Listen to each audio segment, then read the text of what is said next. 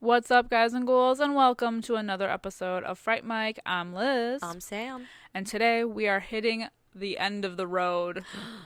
A dead end, you might say. We're wrapping up our On the Road Again month. Yeah, there and back again by us. Yeah. By us. We've hit a dead end in this journey. We are talking, of course, of Dead End from 2003, an underrated gem, and coincidentally, a Christmas movie. Look at that. It's Look at almost how it like we works out. planned it. Right, it's almost like we planned it. I know. Wild stuff. Perfect. It really is underrated. And for those of you who haven't seen it, want to pause this, watch it, and come back, it's streaming for free on Tubi. Hell so you yeah. have no excuse not to watch it. Still waiting for that Tubi sponsorship. I know. We promote it every time. Every time. No, but for real though, go check this movie out. It's sure. So much fun. It's such a weird movie in the best way. Totally. Everyone is amazing in it. Especially Lin Shaye, giving her best performance. Her doing and the most. the guy who plays her husband. Ray Weiss. Leland Palmer. I was just gonna say, yeah. Laura Palmer's dad. Well, and his wife's name is Laura in this. I know, and it's crazy. Every time he says that, I'm like, to no one as I'm watching it alone in my living room. It's like the Leo meme. Exactly. Point at the TV. Totally. It's like it's a private joke specifically for me. Exactly. Mm-hmm. And he's just as unhinged in this one as he was in Twin Peaks. So. Totally. You guys gotta watch Twin Peaks if you haven't. Oh my God! Please do. Mm-hmm. Let's talk about it. Hop in our Discord and we can just discuss Exactly. all the juicy details. I know. I gotta give it a rewatch. It's been too long. You have. Mm-hmm. You can borrow my box set. Perfect. Yeah, but this one, I mean, it gets weird. It gets interesting. Yeah. There's a lot going on, and yet nothing going on, and everything going on.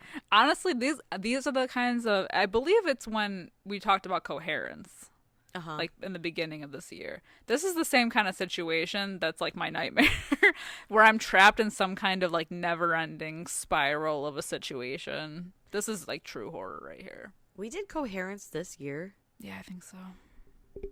I know. Holy crap. I know. That literally feels like an eternity ago. That was such a good month, though. It was such a good month. My mind was so fucked. My mind was bent. And Yeah. Coherence is a great movie, too. It is a good movie. Which I heard they're making a second one. Which I'm like, how? But also, I'm there. I'm sat. Right. How? But also, I want to know how. I'll watch the movie to find out how. I know, like, why am I asking when I could just watch? I don't know when it's coming out, but apparently it's coming out. I'm so excited for that. Yeah. My mind's going to be zooted into space. I love a good, weird, fucked up movie. Me too. Yeah, because we did Mulholland Drive, and you gave us the thesis. I did. You brought out the board. The charts. And Dave, I swear to God, David Lynch, who will never listen to this podcast, he's going to get a whiff of this podcast. He's going to listen to the episode. It and stinks. Then he's going to write an email and just say, no. You're wrong. Doesn't he say that about everything, though? Yeah. Anytime anybody throws a theory about Mulholland Drive, he's like, no. I think he makes things for himself, not for anyone else. And he should. Yeah. And I love it. Yeah. Why I not? don't care. I don't care that I don't understand it. The only reason I don't like Inland Empire is because it's 3 MFing hours. Can't do it. Yeah. It's too long. 2 hours? Sure. I'll sit through a 2-hour mindfuck. 3? You've Lost lost me. Highway, though. Wild at Heart. So good. So good. Blue Velvet even for Noir Month. Yeah. These movies are fucking good. These movies are gold. Yeah. But enough about him. I was gonna say, this is not a David Lynch film as much as we're talking about David Lynch. This is not a David Lynch podcast as much as I'd like it to be. This suddenly turned into like another Lynch movie, and Twin Peaks, and yeah. Somehow it always comes back to him. This isn't the first time we've gone off on a David Lynch tangent. I know. I wish he was my real dad. I wish. Maybe he'll adopt you. I wish. Oh man. Can you imagine having... Nope. Not even going down that road. I was just going to say, can you imagine having him as a dad? Like, growing up? What would that be like? I think it would just be like a lot of incoherent ramblings. Now this time, do it better. Yeah, this time, do it again, but this time good. Yeah, exactly. Oh my god. Yeah, so Dead End from 2003. I can't believe this movie came out in 2003. I know. It somehow doesn't look like it came out in 2003. I don't know why. It looks like it was a little bit older. I think it looks exactly like it came out in 2003. To me, it kind of looks like 90s-esque. I think, well, now that's my theory with everything, and you know my theory, that the previous decade doesn't end until like 3 years in. Yeah, that's true. This is 2003, so it's like right. Might have been filmed in the 90s anyway. Right. Yeah, well, definitely at least 2002. I love how I say... It looks like it came from the 90s when it was 2003, which is super close to the 90s anyway. Like, I don't know. Of course. But in my mind, they're still rocking paper maps and flip cell phones that have no service. That's the thing. Yeah. Those Nokias, the brick phones. Miss them. MapQuest directions. Not even map. Yeah. They were rocking a full-blown atlas. Yeah. Yeah. Crazy. The no signal, I guess, checks out, but whatever. Yeah. Well, and the best part of this movie having to do with cell phones is that when this family does come into, their troubles, the first thing the dad asks is, does anyone have a cell phone? Yeah. Because it was so uncommon to have one. Nowadays, everybody and their mother and sometimes their dog have a cell phone. Everyone is trackable and traceable. Yeah. Yeah. It's crazy. Yeah, the fact that he has to ask. I guess it really... I think maybe that's why it kind of ages this movie a bit. For sure. But I don't know. For sure. And it doesn't bother me that it looks like it came out sooner than it did. I think so when I first watched this movie, because I know this is not a first-time watch for either of us with Dead End. The first time that I watched this, I guess it's like the actors in it, I at least recognized 3 of them. Mm-hmm. But the quality of the film, like you said, it's got that kind of like older feel to it. Like straight to video, and I think it was straight to video. I think I think it all checks out. It all feels like it's gonna be maybe not the best movie. Yeah. But it's really entertaining. It's a really good movie. I think what makes it the most entertaining is because we are literally following these characters and like their journey in this fucking, I don't even know what you'd call it, never-ending spiral. Purgatory? This purgatory of doom is the fact that they are so realistic as a family. Yeah, for sure. They bicker this whole movie, and it's so realistic to like how an actual family would be. Mm-hmm. And so they all carry this movie in their own way. Yeah.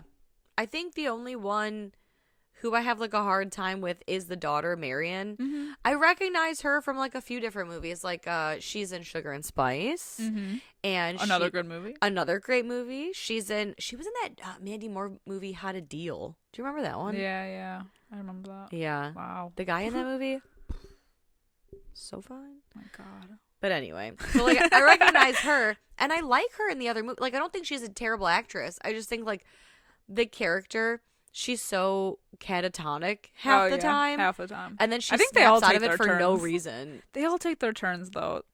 Well, except for the son, except for Richard. Yeah, well, Lin Shaye is like catatonic.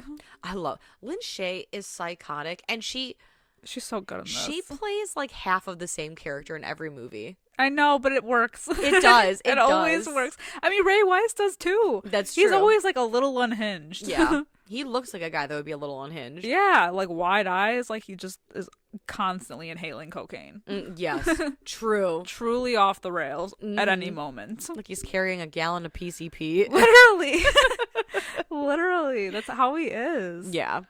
That's how he looks. Well, and I love it too because, like you said, the actors carry this movie because they are the whole premise of this movie is this family who are driving to Lin Shaye's parents' house, so Ray Wise's in-laws, and he decides on Christmas Eve. On Christmas Eve, and he decides he doesn't want to take the interstate. He wanted to take an alternate, more scenic route, and ultimately they because, you know, of course a man can't have someone take over even when they're tired, they narrowly avoid a car accident, and then they are stuck on this long road for what feels like an eternity. Yeah. So it's like, it's a very basic premise, but they just fill and it's like an hour and 22-minute long film. Mm-hmm.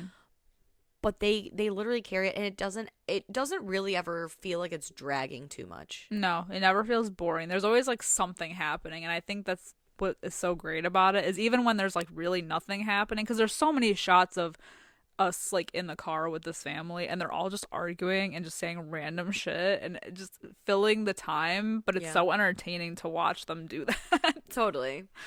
They're all like a little nuts. I just love to oh my god, what was I gonna say? What do I love? I just totally blanked. Oh, Ray. So in the movie, his name is Frank. He's the patriarch of the family. I love that they're stuck on this road that has no turns and no offshoots and doesn't really ever go around any like curves or anything. It just seems like it's one long straight road for an eternity. And yet when he's gripping the wheel, he's doing that stereotypical thing where he's like moving it left like and slightly. right. Yeah. I'm like, what are you doing? Yeah. It's hysterical. I mean, I love it. Yeah. The shit that you notice. I know. Mm-hmm. I always kind of notice that in movies. I'm like, is there a green screen behind these windows? Totally. Especially because, like, especially when you are a driver and you know the wheel. You don't have to be like jiggling it. Yeah, it doesn't really move. Like my hand stays firmly planted. Yeah. You know, unless I got to turn, of course. Right. Exactly. Mm-hmm. But yeah, they almost get into a car accident. And they notice that the other car doesn't stop at all. They just keep going. Yeah. Ridiculous. So there's that. An almost hit and run. Although it would have been Frank's fault. Yeah. Technically. I mean, yeah, for sure. You know. I think what's so cool about it too is the way that they like it happens right away. That shot where they like pull up from the car and you can see the road that they're on, and it's just literally like a straight road with these trees everywhere, and there's like nothing else. It's surrounded by forest. Yeah. So it really gives you an idea of like how fucked they are. Right. And in the car, we should say, so Frank is driving, his wife Laura is sitting shotgun, and then in the back seat, it's a full car. So we have Marion and her boyfriend Brad, and then Marion's brother Richard. Who's a little shit. Yeah, he's the worst. And he's listening to, well, supposedly Marilyn Manson. Yeah. It's that royalty-free music, baby.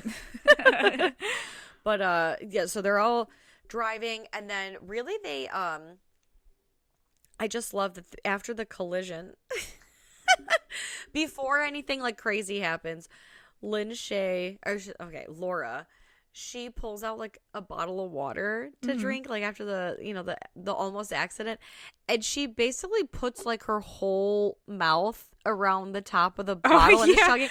And I just love that he's like, Jesus, Laura, do you have to drink it like that?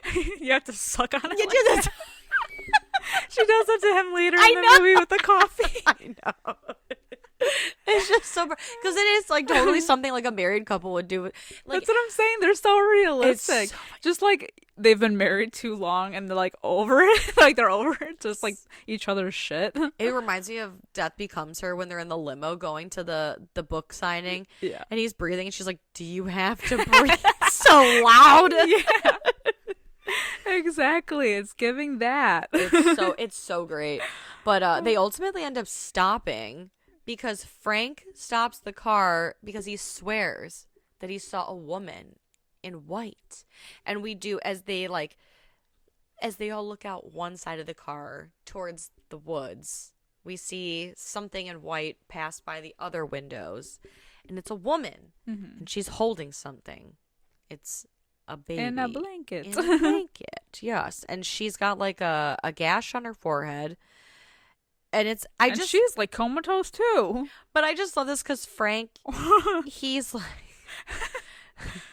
hello, do you know where we are? Oh, are you okay? Like, I just like that he's asking her a million questions before he's like, oh shoot, are you good? Like, she's got a gash on her forehead. She looks like a ghost. Exactly. Excuse me, man, where's the nearest gas station? Or, oh, sorry, are you good? Well, they make the interesting decision to like put her in the car, but like Marion has to walk. Yeah, this because they're like, oh, there was a cabin that we passed like a like a mile back or whatever, so we'll take you there, and Marion, you get out and walk. Yeah, well, I think she offers. She says like, oh, yeah, she's like car sick, right? And yeah, she's like, oh, I could use the fresh air, but I still think as a family, I think that's quite interesting that you wouldn't kick like Brad out of the car, the boyfriend, or like the boyfriend and like right. Yeah, Brad and Marion walk together back. Exactly. Like they're literally in the middle of nowhere. Whatever.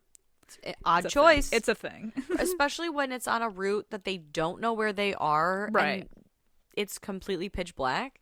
Yeah, exactly.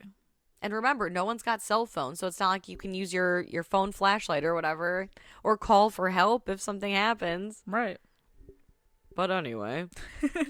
I digress. I know. So they pull up to the ranger station, and they're trying to speak with this woman and get any information out of her. She's not saying shit. No. And so they pull up to this, I guess you call it maybe like a ranger station. They call it a ranger station. I don't know, man. It looks like a murder shack. It really is like a roadside shack. Yeah. And I fucking love, so they're in the shack and they find a phone. And I just love when he picks up the phone and then he puts it down and Lin Shaye's like, what did she say? She's like, was there no dial tone? He's like, or he's like, oh no, yeah, I just forgot the number for 911. You know, they're so fucking snarky at each other. I love it so much. Could you not get a dial tone? Yeah, no, I just forgot how to use it. Just forgot the number for 911. Hello. It's so great. So meanwhile, the younger brother Richard, he goes off to like jerk it in the woods. Yeah, he just carries a centerfold of Miss July with him. Yeah, and just interesting. And he winks off. It's disgusting. You're whacking off near my tool shed. He's whacking off near my tool shed. And so that leaves Brad in the car with this mystery woman. And I do love too. Before Richard gets out of the car, he's like, "Fucking stinks in here." And Brad's like, "That's the baby." So you just assume that maybe the baby's like crapped itself. Yeah. But then the woman turns to Brad and she says, "Amy." And he's like, "Oh, is that your name?" She goes, "No, that's my daughter's name." And she says something about being cold or the baby's cold. Mm. And she hands him the baby. And the baby's covered in these blankets, like you said. And he says, "Oh, does the baby have a hard time breathing with all the blankets on it?" And she goes, "It doesn't matter. The baby's dead." And it just like he, for whatever reason, decides to peel back the blankets and reveals just something. Yeah, a gooey monster. And so he screams. And by the time Richard, Frank, and Laura come to the car, Brad and this woman are gone. Right? Yeah, like vanished. Yeah.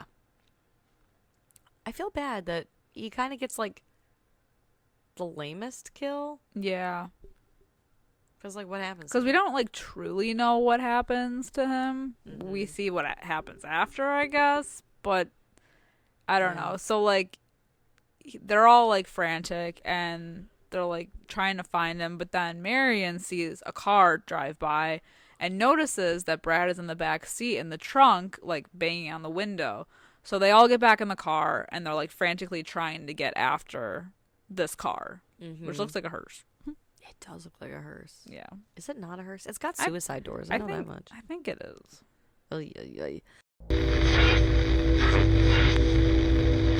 Enjoy the podcast, like what you hear, and you want to hear more? Well, you're in luck. We have a Patreon. That's right. If you don't know, We talk about new movies on our Patreon. We do monthly rewinds so that way you can find out what we are watching between our main episodes. Sometimes we craft spooky cocktails to match our theme of the month, and watch parties galore. So much fun over there. Head over to patreon.com/Fright Mic podcast to check that out. Again, if you want to hang out with us a little bit more, then support us over on patreon.com/Fright Mic podcast. And we'll love you forever. Okay, bye. Yeah, Frank stops suddenly as they're driving because she's like, we gotta go after him. It was a black car and he's in the back. And I think even her dad's like, well, I can't find him. We gotta be careful because he turned his lights off, so we can't find him. But they stop suddenly, and Frank gets out of the car, and then everyone gets out of the car. And this is when I take up issue with Marion, because her dad is like, please don't come any closer. But she comes closer and then faints like an asshole. Yeah. And then is like limp, and then the family's got to do something with her. Mm-hmm. But we don't see it. We're just left. I kind of love that we don't see it. I know. Because we see them looking at something on the ground, like horrified, and like clearly it's Brad's body. Mm-hmm. But and the way that they're like, well, let's get his phone. And so they make Richard do it. And like Lin Shaye in the background is like smiling, like, yeah, you got it, like, go get it.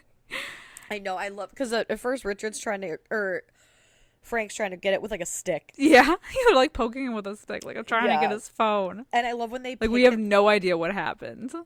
We just know that Brad is mangled. Yeah, and on the side of the road. And when Richard gets the cell phone, there's like an ear stuck to it. And I love that Lin Shaye's like, oh God, that's dirty. You wash your hands. Wash your hands. That's dirty. Oh, that's dirty. So they tried to call for help because the cell phone actually does have a signal. But when Lin Shaye tries to call, she hears this woman on the other end, and she's screaming for help. And it freaks Lin Shaye out so bad that she like throws the phone. And she's like, oh, I couldn't get it. It was broken. Yeah, she says something about like, my baby's bleeding. Yeah. So she freaks out and throws the phone, which breaks. Mm-hmm. And then they decide that they're going to get on the road again, and they see a sign. They make Richard drag the body away, too. This kid. Oh, I guess we're jerking off in the woods. Yeah, well, and the dad, like, hits both his kids, so it's kind of, like, because this is when he hits Richard, right? Yeah.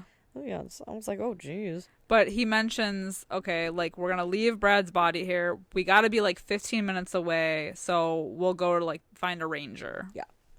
And they see a sign as they're driving for Marcotte. And so Frank asks Richard, oh, can you look it up on the map? And Richard's like, it's not on the map. Well, of course, it's human nature to be like, well, give it to me. I'll find it. You're an idiot. Give it to me. Yes. I don't believe you. Right. So Laura's we need like well, 5 sets of eyes on this thing. Of course. Laura can't find it on the map either. And Frank, being frustrated, even says to her, well, give me the local map. And she's like, I didn't bring the local map because we always take the GD interstate. I didn't know that you'd be wanting to take the fucking scenic route, So, no, I didn't bring the local map. So they just trust that this town Marcotte that they've never heard of that isn't on the map it exists, and they'll reach it soon. And the other interesting thing is the time. Yes. The fact that their car clock stopped at 7:30, and I think it was like a little bit while back when they were talking about somebody had asked Lin Shaye what the time was because she looked at her watch and said it was 7:30, but they're like, oh, we've clearly been driving, so like it must have stopped. But then when she looks at her watch again, like everybody's watches stopped at 7:30. So Richard's like, now hear me out. I love this. I know you all think I'm like stupid, but aliens. It's aliens, man. It's gotta be. What else could it possibly be?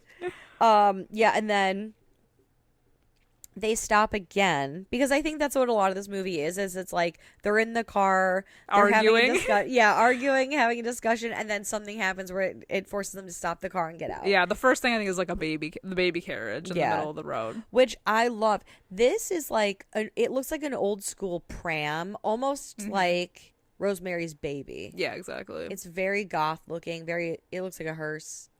I would love to have that. If I had a baby, I would push this carriage around. Hell yeah. Like, what do they call it? A pram? Yeah, a pram, right? And yeah, Richard gets out to take a look at it, and he fakes like something is eating him, and then he's just such a little dick. I hate him. Yeah, they realize it's empty. But by this point, they start cracking into the booze that's in their trunk. I know, because they had enough. Well, and then so like that's what Frank and Laura do, and Richard, he decides to go in the car to try to speak to Marion, who's in like a catatonic state. Yeah, and he gets there. I mean, there's like no luck. So, I think it's interesting that even though the dad has now cracked into the booze and seems to be hitting it fairly not light, but not heavy either. I mean, he's drinking by the bottle. Yep, he's just face chugging. But then he's like, "We got to keep moving," and they all just let him drive. Yeah, after he's been drinking. Yeah, like then throughout the rest of this movie, he just keeps chugging from that bottle while driving. Yep, it's wild. It's bananas. It's bananas. So they continue on, and they're still not hitting anything. No signs, no nothing. Right. And when they try to turn on the radio to see if they pick up any local stations, they hear a baby crying again. Yeah. And so they turn off the radio. And this is like one of the best parts.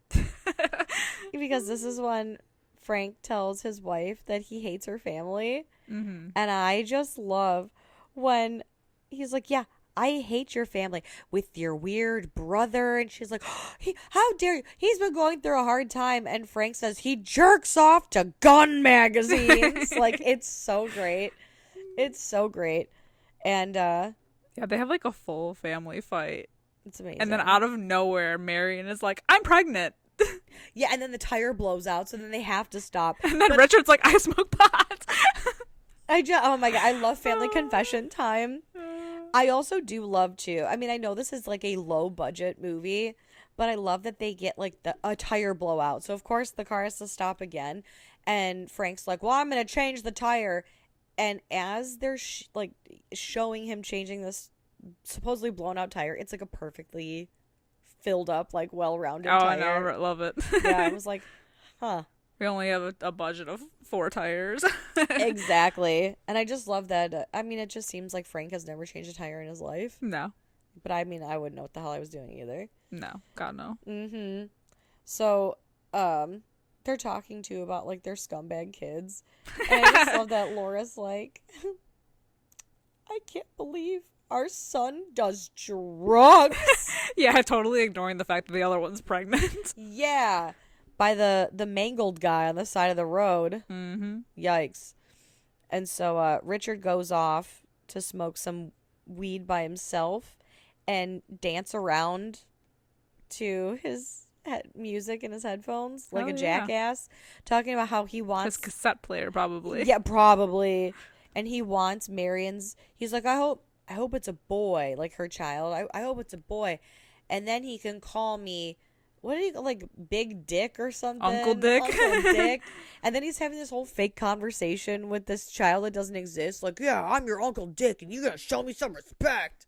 Fucking stoners, man. It's wild. That's weird. But then the lady in white shows up.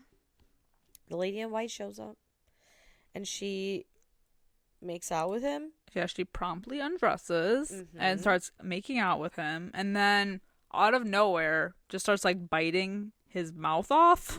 Yeah, like eats his bottom lip off. Yeah. And then yeah, it's like once she gets like he's totally fine with that, but once she takes her tatas out, he screams. Yeah. And then I want to know, like, well, what you got under there? Yeah. Yeah. What you got?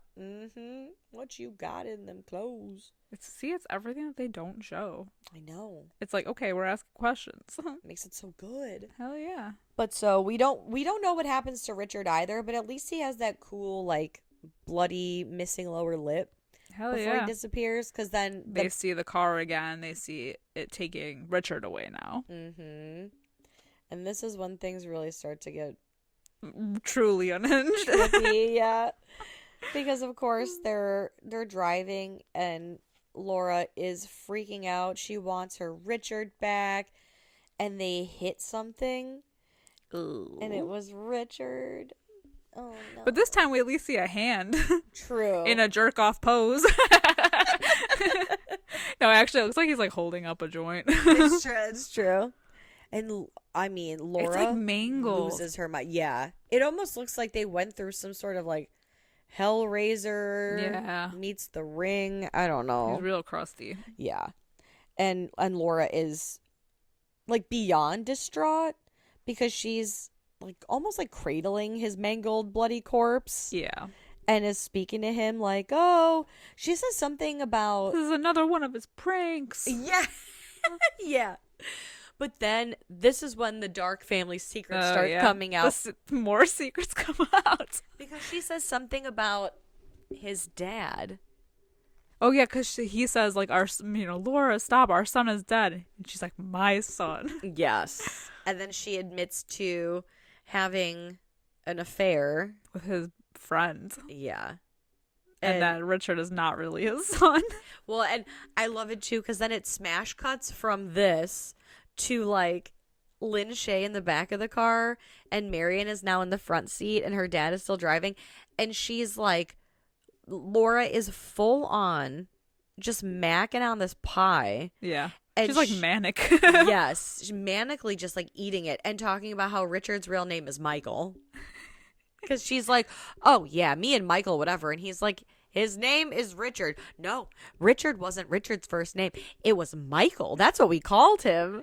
And by this point, they have the gun that they got out of the trunk that they were going to gift to the uncle, the gun crazy uncle. Scary. So now they have a shotgun with them or something. I do love, too, after Laura eats the whole pie. I love that scene, though, when she's in the back seat. She leans in the front seat. She's like, I finished my pie. Does anyone have a pen? I want to draw you a picture. And then she draws Marion a picture of Brad and his mangled body. Like, look at, there's his arm, which was detached when we found him. Like every performance by Lin Shaye is just oh my god, pure gold. And then she eats she finds chips in the back seat, and they're like, "Stop eating so fast, you're gonna puke." Smash cut to her puking on the side of the road. Yeah, she's like, "I'll be fine." I especially love too is when she's throwing up, she stands up like pin straight, and Frank goes, "Feel better?" And she's like, "Yeah." Continues to bark. So I don't know why the dad just looks like a Richard. Yeah. Like it seems like the son's name would be Frank and the dad's name would be Richard. Yeah, maybe. It's just weird that the son's name is Richard. Yeah. I don't like that. Thrown off. Yeah. But then, after this. Oh, she gets a hold of the gun. It's crazy. They leave the gun unattended with a crazy manic Lin Shaye, and she gets it. And so she like pretends like she's going to shoot herself in like the mouth. Mm-hmm. But she turns around and then shoots Frank in the leg. Yes.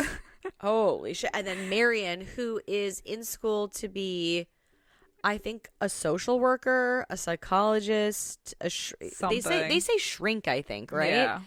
Yeah.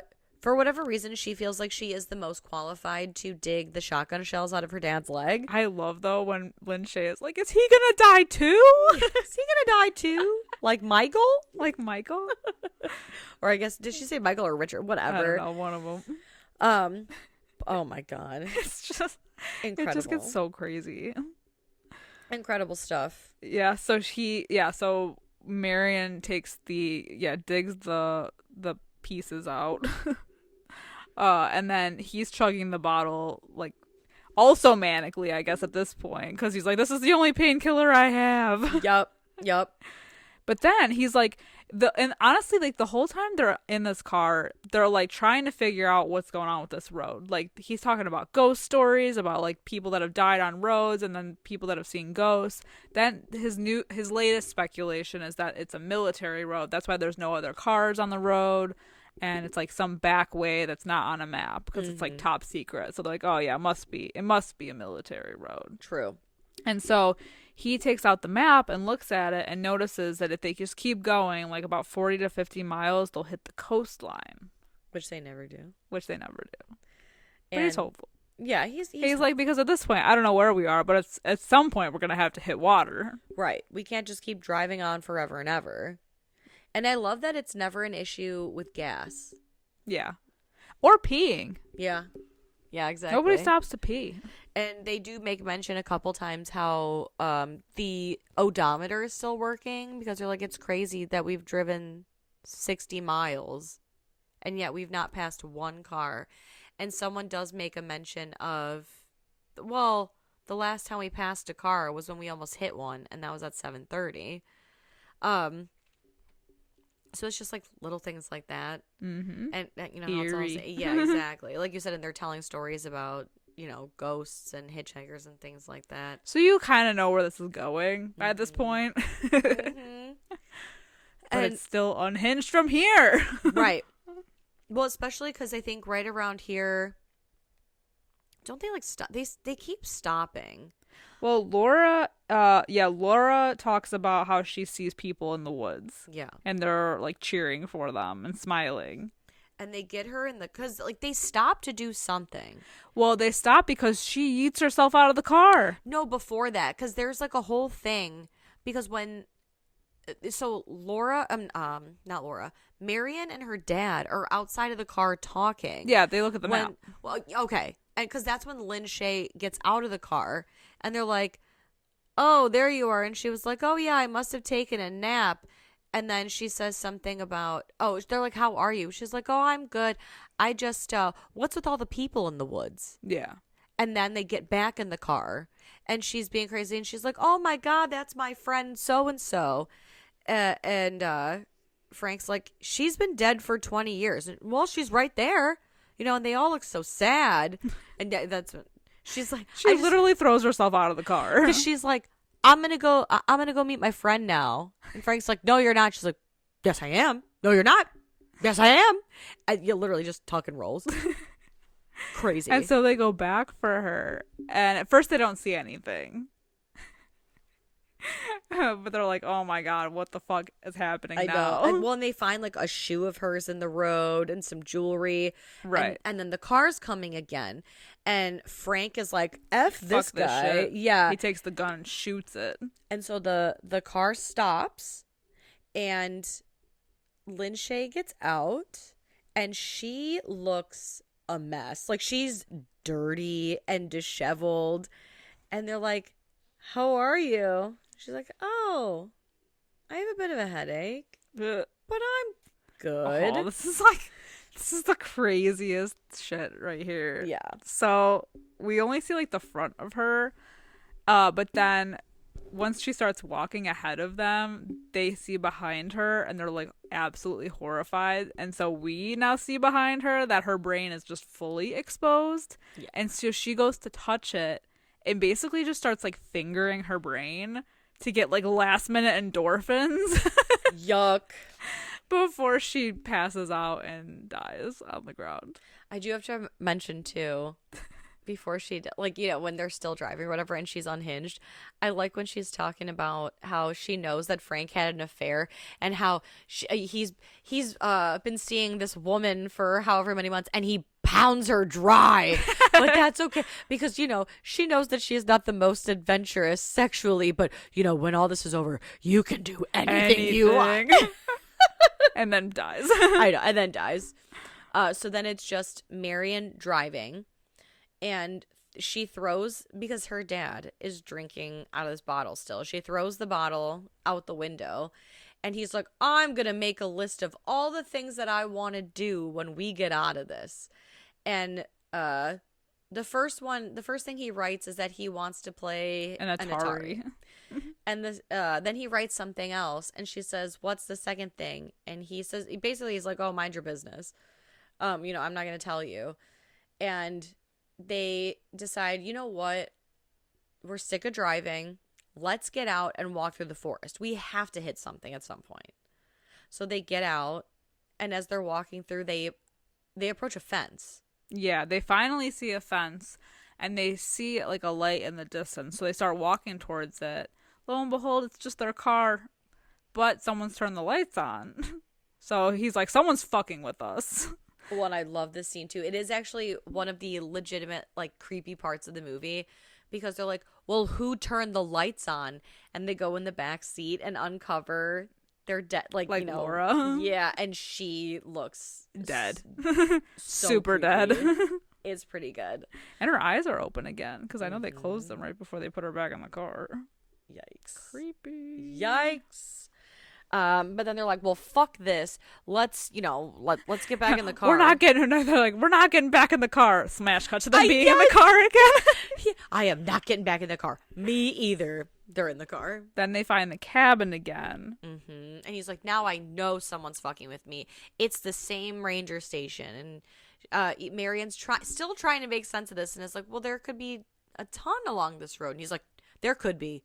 But this is the exact same one. And the woman in white's in there. Of course she is. Because the lights are not working. And so Frank keeps using matches. And of course the woman in white appears behind him and blows out the match. And so he goes crazy.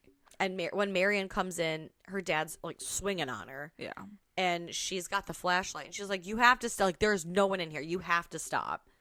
And he gets so mad at her because when they go back to the car, he wants his booze. And she's like, I threw that out like a while ago. And he beats her so bad that she passes out. Yeah. His pregnant daughter. Yup. What the F? Yeah, knocks her clean out. I know. Well, then, of course, he sees the woman in white go like walking through the woods. Yeah, so she lures him in there. I love this because we just see him walking in the woods and then we hear like a blade. Like a blade noise and just hear like a thump. Ugh. Like, okay. R.I.P. to the dad. Yeah. And Marion wakes up and obviously now she's alone and she knows that the hearse is going to be coming for her. So she's like, let's end this shit. Like, let's fucking do this. But what's interesting is like when she wakes up, so there's like no more gas in the car. But there's also, like, that faint heart monitor sound. Like the, beep, beep, beep. Yeah. And there's, like, blood dripping. So. Yeah. Oh, yes. Like, the sound of it. Because she's walking. Yeah, she's walking and you can hear it. It, like, drips all over her face because it's from something above her. Yeah. And, so she's like, okay, let's do this. What do you want from me? Yeah, so she keeps walking up the road and she finds just a bunch of body bags in the road. And then the black car appears once again. And the woman in white shows up again and she's like, just like, take me. And then she goes, he's not here for you. And she gets in the car instead and they drive off. And then it kind of does not necessarily a smash cut, but it like cuts back to the whole family being in the car just before the car crash and the bright headlights, and Marion shoots up and she's in a hospital bed and everyone's like, well, what the hell's going on here? And I do like that the nurse is like, oh, hey man, good morning. And the first thing out of Marion's mouth is like, I'm pregnant. Yeah, we know. I think they figured that out. And so she's like, oh, I know, we all know. You're stable. Everything's good. The doctor's name ends up being Marcotte. Dr. Marcotte. And she has been in a coma for several hours. But unfortunately, and I do love, there's a mystery man in all black waiting to find out, hey, what's the status? And yeah, I found them in the car wreck. Yeah, because I love, he's like asking the doctor, and he looks straight up like an Undertaker, right? Yeah. And he's like, hey, what's the deal with her? Grim Reaper personified. Exactly. And the doctor's like, do you know them? And he's like, well, I'm the one who called it in. I'm the one who, called in the accident. And so then, of course, this doctor's like, oh, well, in that case, let me let you know every single detail about these people. This. Everyone died except for her, and she's going to pull through. Oh, my God. Yeah, it was a car wreck. So they actually did hit that car, and the oncoming car was the mom with the baby. And then there's an ending and then like a post-credits or like a mid-credit scene. So the ending is like kind of strange because the doctor then like walks the Grim Reaper guy out. Yeah. And then we see her leaving later. Yeah. And her car won't start. And then this like creepy thin man exactly offers to give her a ride, so she does. So it's like, is he dead? I think so. But why is he targeting the nurse? That's what I'm saying. Like, it's weird. So then you think the movie's going to be over, but then there's like a mid-credit scene where it's people who are cleaning up the accident along the side of the road.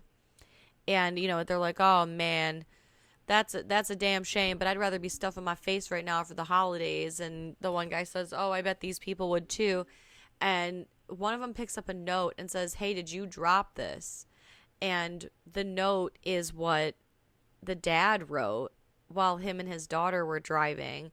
And it says, things to do when we get out of here. 1 is buy an Atari, and 2 is be the coolest grandfather ever. But it's just interesting because that happened after they were hit. Ooh. So it's like a ghost. Ooh. So it's all real. Ooh. Purgatory Christmas. Woo! I love this movie. It's so fucking good. It's so underrated. It is. And it's so funny for being it's so funny. It's like dark humor at its best. Totally. Especially Lin Shaye. I'm telling you, these people carry this movie, this whole family. They're crazy. I know. Oh, it's so good. Definitely check this one out. Add it to your Christmas list. Oh, we didn't even do scores because I was just going to ask you what your rating was. Oh, yeah, that's right. Okay, Whoops-a-daisy. Well, the score for this movie on IMDb is a 6.5 out of 10. And it's got a 78% on Rotten Tomatoes. Yes, Rotten Tomatoes. Certified fresh. Fresh in my brain. And what is your score for Dead End? I'm going to go 4.5 out of 5. Nice. How about you? I'm going 4 out of 5. Hell yeah. Still high up there, though. Hell yeah. This movie rules. This movie is so much fun. And it's for free on Tubi, so no one has an excuse to not watch it, especially during the holiday season if you haven't seen it already. Hell and if yeah. you haven't seen it in a while, go over and give it a watch. Yeah, and then let's chat about it in our Discord. That's right. At Fright Mic Podcast, where you can find us chatting the day away. You can find us everywhere at Fright Mic Podcast, too. Yep. All the social media platforms, we're on them. Check it out at Fright Mic Podcast. And if you have a few minutes after the show and you want to give us a 5-star review and a rating, that would be lovely. Real lovely of you in this giving season. Amen. And this end of the year. End of the year, baby! Goodbye, 2024. I know we only have one more episode left on our main show, but we have extra bonus content on our Patreon. So if you want more from us, which of course, why not? Well, have you seen us? Have you heard us? Come on, come on. Check it out over there. But until next time, I'm Liz. I'm Sam. Rest in peace.